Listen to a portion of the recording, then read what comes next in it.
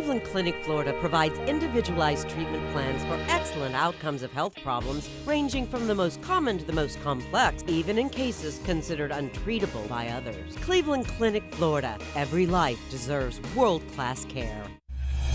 I'm appalled at what you said on that pod thing. It's disgusting. This is the After the Show podcast. It's where we get honest and real with yo ass. So sit back, relax, have a blast, because it's time for the After the Show podcast. Yeah, hello and welcome to the Monday KVJ After the Show podcast. Sadly, Bird is illin today. He got a fever, and now we're all just playing that game. What the heck does the bird have? Okay, we're taking bets on it. The flu is the odds-on favorite right now. The bird's got the flu. COVID is up there, getting some good odds as well. I'm pulling for meningitis. Okay, there's a couple votes for syphilis. So it could be one of those syphilis, induced fevers that he's got. Uh-oh. Does it burn when you pee? That's a great question for him. Yeah, I don't know. He didn't mention that in his symptoms. So, yeah, bird flu. Okay, right. Yeah, okay. So we'll see what Bird has got. He's gonna get diagnosis today, and hopefully one way or the other. If he can't be in here tomorrow, we can maybe plug him in with his mic and all that from home. So. I'm gonna drop off this COVID test that we have in here that everybody says doesn't work. Yeah, just crap. Yeah, I know. Yeah, I saw that. I saw the numbers ticking back up again. It makes you wonder, like, okay, if we start getting the numbers again, does anything change? Because we really they were saying for the first time with what that Sonic the Hedgehog 2 did, $70+ million at the box office. They said, okay, it looks like the box office is finally healed. And, people are taking their kids back out to see movies again. And then, boom, what? It's ticking back up. There's going to be a lot of people, I don't care what happens with it, they're going to be like, I am not going back to that crap. I just don't think, I don't know how you're going to get anybody to follow. As far as like the shutdown of our lives. Not that, yeah. Yeah, people are just done. They're not going to have their lives taken from them again. Maybe the masking to a certain degree, but other than that, yeah, I don't think that's going to fly. Not in Florida. No. I guess it'll be different where in the state that you live. But I was like so shocked on Saturday. I was up at Tradition in Port St. Lucie, and they have those self-driving little buses. Have you seen those? Self-driving buses? Yeah. No. You get on this little bus, and it's like a self-driving little vehicle. And so it was shuttling people back and forth from Tradition Square over to the parking lot. Okay, and no one's driving it. Well, there's a person in it that can override the system if it looks like they're about to mow somebody down. Okay. There's an alert person, but they're not driving it. The thing is self-driving. He's got like this little video game controller in his hand, and he can stop the self-driving car if it's about to collide with a pedestrian or a vehicle. Okay. But, Rocco is obsessed with, like, self-driving cars, any kind of thing like that. So Rocco insisted we go over there and ride in it.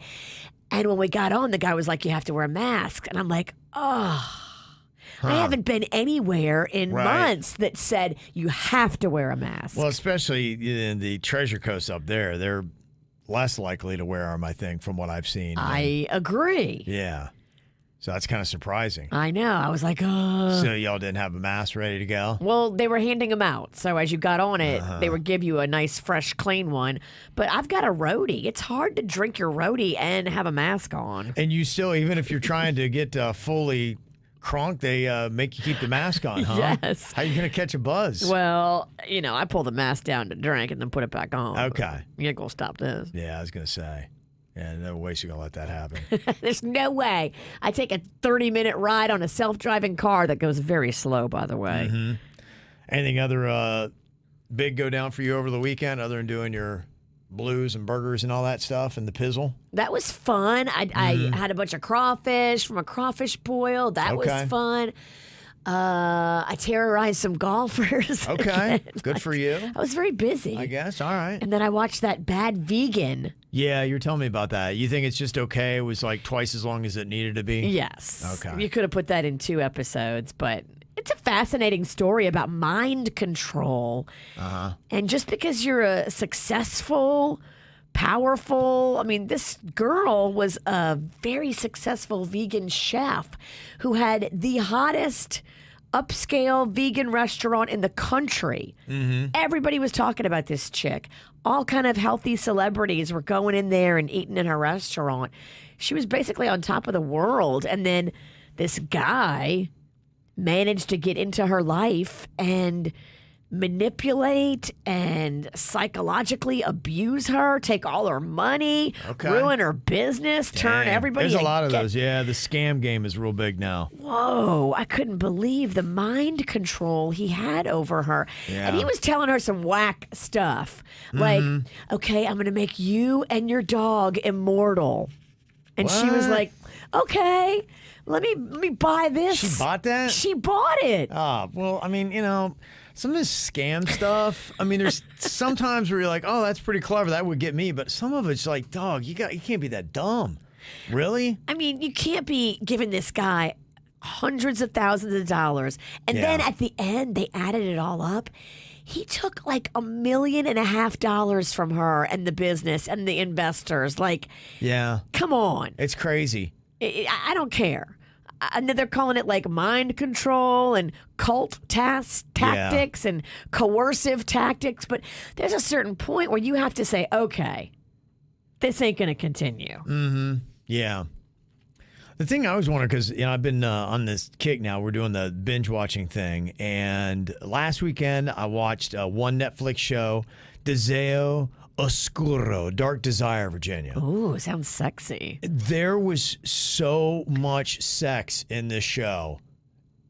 I'm telling you, they had to have a quota. Every single episode had a graphic sex scene, and everybody was banging everybody. It was so confusing because I'm like, wow. And that was set in Mexico City. And then I watched another show. It's called Elite, and it's based out of Spain. Same thing. And I'm like, are Spanish shows a lot dirtier or a lot more sexually driven than gringo shows? Or am I just imagining that because that's what I'm watching right now? Great question. Yeah. So I don't know if anybody's noticed that, but the Spanish shows, there is a ton of graphic sex in all the Spanish shows. And that's why you love them. I do. I'm not hating. I'm just noticing. I'm like going, do gringo shows got this much banging going on? 'Cause everybody's banging everybody, like a lot.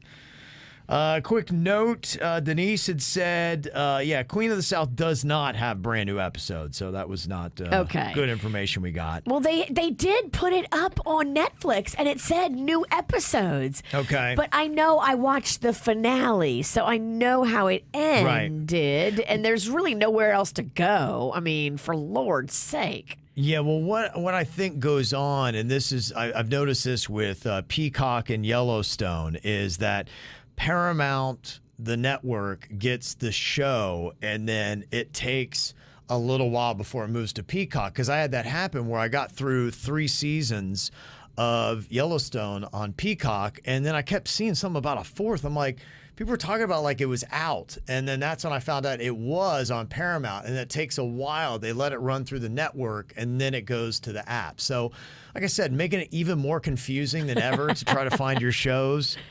That kind of stuff happens. I love watching Netflix, but there's also a lot of crap on Netflix. No, there is. In the Big top time. 10 this week, I always looked at the top 10. Yeah. There's this show on there called Is It Cake? And Rocco loves cake. Right. And so he got sucked in, and then he sucked me and Panda in to watching this show where people recreate, like, they would take my purse. Yeah. And it would be like my purse sitting side by side with a cake made to look exactly like my purse. Right. And everybody has to guess, is it cake or is it a real purse? It seems like a basic idea that would be over in 5 minutes, but I mean, I've seen some of those, and it is pretty crazy. It sucks you in, yes, Kevin. I was sucked into Is It Cake? You can swear it's a Coke can, and then they cut it, and they're like, that's a cake!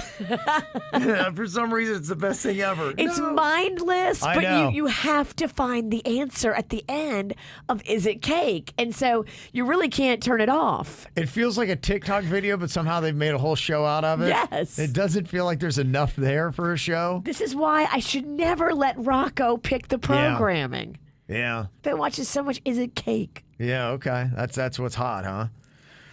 Let me see. We got, Virginia wrong again. Uh-oh, what'd I say now? Let me see. On the ATS, that passed, I guess it was last Wednesday, says the Dark Witch was wrong and you guys bought into it. No one fired one bullet at the Cancun airport. A sign fell.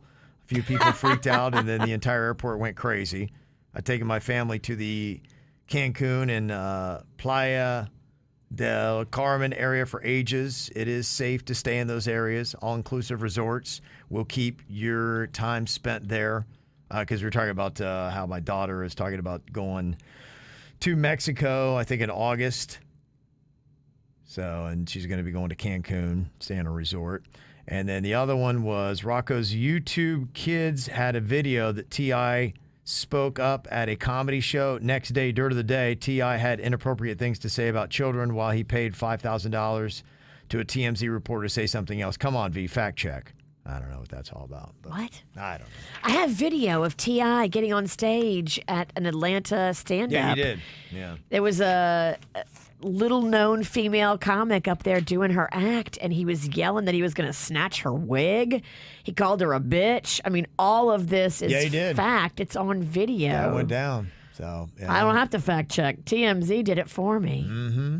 So you calling that bitch right back out, Virginia? Well, I don't understand the call-out. It's not Yeah. written very well. That'll happen sometimes. You got to write your. If you're going to diss Virginia, here's the thing: don't fuck it up. Get it well written, clear, concise. You got to be cutting. You got to have it make crystal clear sense.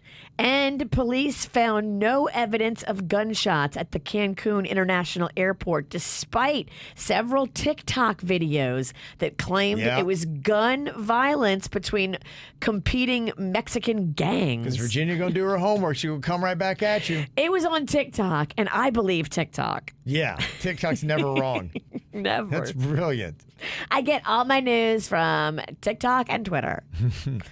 We also got information about Vince Vaughn kicking around South Florida, but somebody did send in a photo of, oddly enough, the back of his head. I love it. It looked like Vince Vaughn's head from behind, if I had to guess. But somebody's saying, yeah, he's actually in South Florida. He's doing a movie here based on Carl Hyacin. Carl Hyacinov, I don't know who that is, but Sean had said that. So he was seen at the Duffys in Stewart, and then somebody saw him at a place in Miami. So, Carl Hyacin, American journalist. okay. Interesting. I don't know what that's all about. I mean, what has Vince Vaughn done lately? Can you name a Vince Vaughn movie? I haven't in the seen last him 5 do years? anything. He's kind of been off the radar. I haven't seen him on anything. It is kind of odd. Yeah, what happened? Because he was making, like in the early 2000s, he was in every third movie that came out. How many movies did he? I mean, and big movies too, that he made in that time. And then I think it was The Breakup, and he started to sputter a little bit, and then didn't he do like a Bates Motel, or he did a remake of Psycho something like that. and started doing that. And I haven't really seen a ton from him lately. I'm just kind of like looking at his IMDb, and I'm going back to Art of Conflict, The Internship, 2013. But I don't know if that was that even a big movie?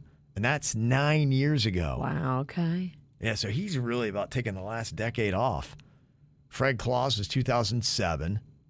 The Breakup was 2006. Wow. Isn't that crazy? It's been forever. So I don't know. Will this be a hit, or what's going on with Vince Vaughn? Carl Hyacin is from Florida. He's a novelist and a prolific writer who apparently is wickedly funny. Wickedly funny. So Vince Vaughn going back to the comedy. You know what? He belongs in the comedy. I agree.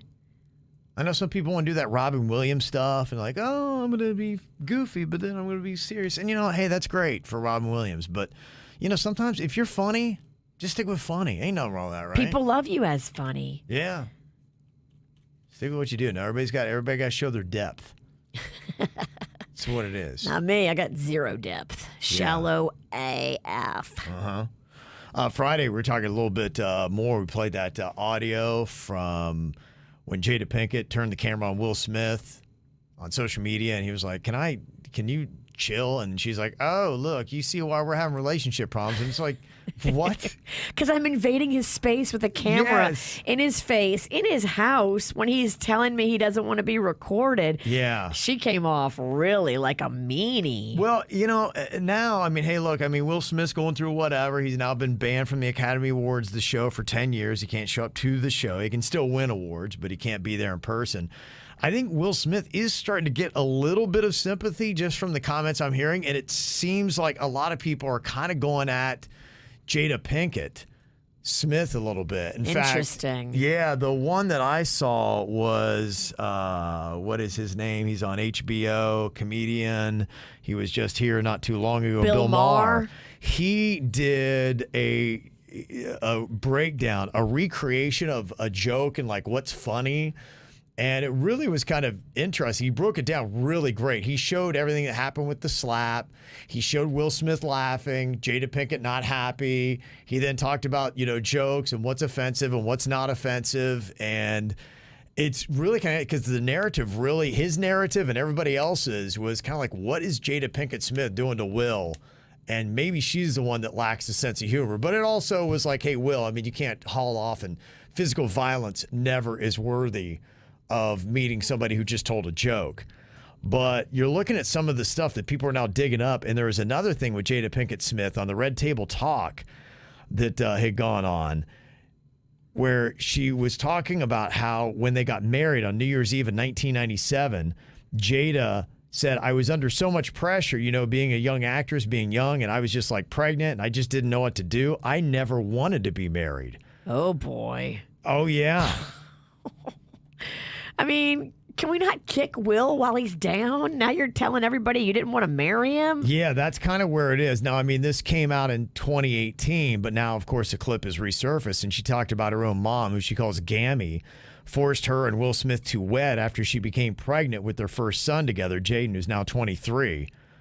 And Will Smith said, yeah, we only got married because Gammy was crying. And so, that was kind of her whole narrative. She's like, look, I didn't want to marry this man, but here I am. Wow. Yeah, so it just, wow. It sounds like they need to go to makeup or breakup. I don't know if they're going to be able to survive this. I mean, this is so epically bad. Yeah, people are kind of wondering, like, what, do they really stand a chance? Well, where's he? Because she was in L.A. over the weekend. She was out for the first time ever supporting Shonda Rhimes and some of the people from Grey's Anatomy, and she was out at a big gala. But I heard he was in the Middle East. Yeah, with Dubai, right? He went out there. He's buzzed with the Crown Prince. He's got endless oil money and Dubai bye. Yeah, I don't blame him though. Honestly, I don't either. Yeah, I think I'd. He's probably like, what just happened? Yeah, I think I'd want to get out of there too. I can't believe how this went down. Mm-hmm. Crazy. I got a couple more emails here. Got one from somebody who'd like to remain anonymous, but they would like to get opinions on if love, like the movies, actually exists. No. Okay. Next. It does not. So nobody can be like that happy like what you see in your rom-coms? Well, in the beginning, yes. It's all butterflies and just puppy dogs and rainbows, but the reality of love and marriage is very different from how it's portrayed. The reality is Will and Jada. Realities. Yeah, you see them on the big screen, but then you see their real life. That's more accurate, is what you're saying. You got to keep working at it. Look, if you want to be in a happy marriage, you got to keep dating your spouse, and you got to keep wanting to please them and having them want to please you. It's tricky because, look, we all get complacent. We all get lazy. We all get where it's just easier to lay on the sofa than help your spouse. But you got to keep acting like you're dating them if you want it to stay magical. You know, the thing that's crazy is there have been a couple couples that I've known in my life, and I was like, man, they have the best marriage ever. It looks like that type of storybook movie romance. And the craziest thing, there were two couples like that. They've both now divorced. And I remember it came out of nowhere. I'm like, they what? What? It's kind of like we talk about how I feel like Tim Tebow's scandal proof. it was the same level of shock. Being like, them? Tebow was Yeah. a goat? I What? was just as shocked with both of those couples. I'm like, and I was like, yeah, you're right. So I agree with you, Virginia. You're right. Movie love doesn't exist. I mean, there can be lasting forever love, but there's Yeah. never going to be like, oh, these couple, they've been together 20 years and they never argue or they never get annoyed and curse about the other one under their breath. Yeah. Like, it just doesn't exist. Yeah, Metal Beer Dan's, I think, got it. Real sex isn't like in porn, and real love ain't like the movies. Okay. LOL. Jaded Beard Dan. Yeah, I think so. There you go. And yeah, Grant had said, yeah, I saw Tebow was local somewhere signing autographs at a store. Yeah, the Queen had mentioned that to me. I'm not sure. I'll have to look that up. I didn't see where that was. I don't remember what she said. I think it was like some memorabilia place maybe he's going to be signing. Brian from today's show, he said, y'all just stumbled upon something. You were talking about all these big conventions. Some South Florida billionaire is going to start these conventions and become even more wealthy. Copyright it quick. Yeah, I thought that too. The conventions they do right now are so huge, and they're such big money makers. You know, my wife had just done one when we went to Nashville. Hers was a Montessori, which is a style of teaching pre-K and I guess all different grades. But they had the massive Gaylord Opryland. That's a big place. Massive. Like, you get lost in it. It's so huge. And they took that thing over. There's like 2 or 3 other conventions going on there at the same time. But it was so big. How many people were there? And we were just counting up. She's like, here's how much they paid in registration. Then you've got companies that sell all the little accoutrements and all those kind of things that are tied into it. It's a massive money-making business. So why don't they have more conventions? Jaber was talking about doing a pizza convention or a sauce convention for me, football or hairband, stuff like that, where you'd have all these people. I mean, how awesome would that be? It would be very cool, and you'd get a lot of people to come and be a part of it. Mm-hmm. With the right marketing, you could sell that thing out long before it happens. Okay. Nurse Schmidt's trying to say conventions do not make lots of money. Trust me. My nonprofit does it for a business. We can barely pay employees. That's odd because, yeah, when I see the Comic-Con and all those, it seems like they are crushing it. I know Jaybird has got one coming up. He's going to go to one in Orlando, I think, to see the Cobra Kai. They got some Cobra Kai people there. So, man, I don't know. Is he going to go as the low-budget Terry Silver? Oh, he needs to. He's got his hair popping and ready to go. That's usually what they do. They dress as characters and take all these nerdy photos. Ain't nobody in the room touching a titty that night. He's all in, though. So, yeah. Yeah, these dang billionaires, man. It's just crazy.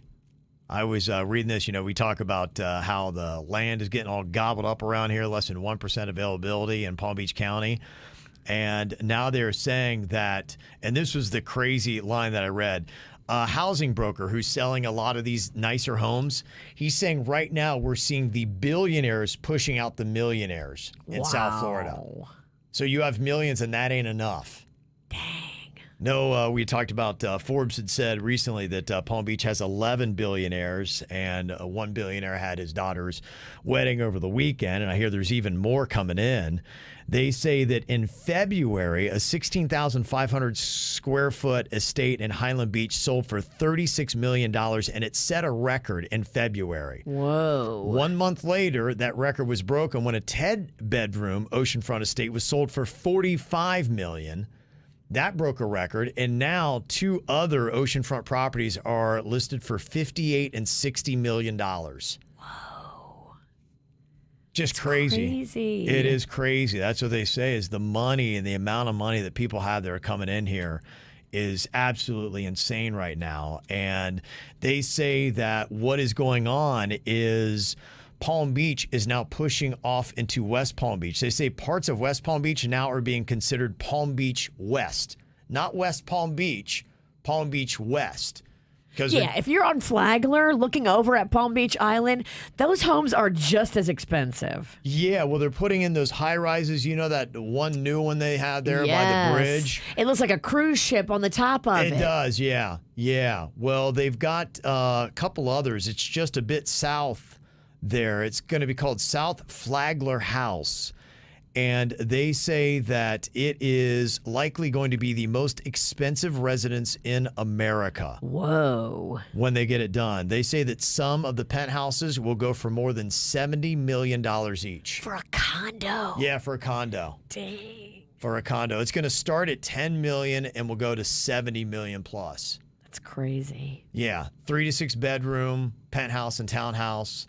They've got swimming pools, cabanas, private gardens, wellness facilities, all that kind of stuff. They just started construction. They say in 3 years they'll be done. Those things are pretty sweet. They do. They make them like a hotel. Yeah. It's got every amenity under the sun that you could ever want. Mm-hmm. It's like staying in a fancy hotel, but that's where you live. Yeah. So they say that I guess the guy who built the most expensive residences in New York City is the one doing the architecture work for this. Wow. And they say by early 2026 they'll be open. I think they kind of broke ground. It was where they used to have the PBA, Palm Beach Atlantic dorms. Okay. So right there. So, yeah, and they say that they've got other places just like that. Those are going to be 27-story towers, and they're putting up a whole bunch all along the water. And then that is going to be known as Palm Beach West, not West Palm Beach. They're changing the name. Changing the fucking name, really? I guess when you're rich, you can do anything, huh? Palm Beach West, Kevin. Say it right. Mm-hmm. I was talking about my trip to Nashville, and Sarah's got a question here. She said, my husband and I are trying to decide between Savannah or Nashville to go to for a few days while the kids are at camp. This trip would happen at the end of June. We're total day drinkers and low-key. Which one would you recommend? Also, can you send me your Google Maps list of great bars to visit? Yeah, I'll make sure that's updated and posted up on our website. Easy for you to find. My recommendation, I would say Nashville of the two. I love Savannah. It's a cool little quaint town. But as far as just day drinking, there's not a better city in America than Nashville. You go to the Lower Broadway, and you have got 3 blocks. Each block has probably 4 to 5 bars on it that are amazing, and each bar has 3 stories typically with a rooftop. Yeah, when we go to Nashville, we always stay at the Graduate, and everything is walking distance or scooter distance. Yeah, and you're way on the other side of Broadway down there. I loved it. Yeah, it's still even, there's good bar hopping around where you were, where the Graduate was or is. There's some stuff there, but yeah, if you go all the way to what is called Lower Broadway, down by where the football stadium is. Yes, yeah, I love that area too. Yeah, they got the arena right there. You can walk to football games, and that's what we did when the Saints were playing the Titans. We went to the game there, and you walk, you drink a little bit, then you walk over the bridge, and everybody's walking together. It was so fun. Yeah. So if I had to say, I mean, hey, I love both cities. Savannah's just a little bit more chill. It's got more of kind of like if you want to do the ghost tour walk, and it's got some history as far as the Revolutionary War, not so much Civil War, but Revolutionary War, they got stuff. And it's cool. It's a quaint, old-looking little town. It's more quaint, Savannah is, than Gotcha. Nashville. Nashville gets a little turnt. Yeah, but if you want some turnt day drinking with a lot of music, and the bars are going to be loud. I do know some of the KVJ Nationers we met up with, they liked, because we met them on the Lower Broadway strip, and then we were over by where the Graduate was, and they're like, we like this better. It's a little bit more low-key. Wasn't as loud. I agree. Yeah. So if you want that, that's what I would recommend to check out. Make reservations to do the pool rooftop at the Graduate. You have to reserve your spot. You can't just walk up there and go to the pool. That was my mistake. I went up there, and they were trying to do the shakedown, and I had my last birthday up there, but I literally had to reserve it and prepay like 2 months in advance. But let me just tell you, it is so worth it. Yeah. Mm-hmm. So, yeah, Granny can point out, they're looking for low key. So if that is the case, then, maybe Savannah. If you do like live music and that would encourage you, and you like country, because a lot of it's country or Southern rock that you're going to hear. Sure. If that gets you going, then go to Nashville. If not, you just want chill. You'll be fine. You'd be fine with either town. And now that you're sending the kids away to summer camp, just go ahead and plan on doing this every summer. So if you do Nashville this summer, do Savannah next summer. There you go. Can't go wrong with either. And then I'm trying to do a trip. I want to go to Austin. So the Queen's been kicking that around. So I got to find out where to go in Austin. So if anybody's been there and checked it out. You should go when they have South by Southwest. Yeah, I thought about that. But the one thing I will tell you with some of these, like, for instance, like New Orleans. Like I would tell somebody, go to New Orleans when it's not Mardi Gras. That way you can kind of chill and get around to places and see what it's all about. For your first time, yes. Right. Yeah, And then after it's not overwhelming that way. And then that way, if you're a little seasoned, then you're like, okay, I know where I can go and side streets and how to get the hell out of here. And, so that would be the only thing with Austin. I think I'd want to go and get an idea of the town first. So when I go to South by Southwest, I'm like, what the hell's going on here? All right, that makes sense. Yeah. You're so sensible. Oh, come on. All right, so hopefully tomorrow we get Bird back. Yeah, I'm going to go bring him this COVID test. Okay. I'll go drop it on his porch. I'm going to drop and run. I'm not even going to knock. Yeah, that's it, huh? Just leave it and lay it out. Drop and run. Okay. All right, good plan. Thank you to our friends at Atoll Vodka. They are pitching a drink to the Crazy Horse, and it's going to be called the Pink Pony. Okay. Made with Atoll Vodka. So all over town, you'll be starting to be able to get KVJ cocktails made with Atoll Vodka, our favorite. All right. Cleveland Clinic, Florida provides individualized treatment plans for excellent outcomes of health problems ranging from the most common to the most complex, even in cases considered untreatable by others. Cleveland Clinic, Florida. Every life deserves world-class care.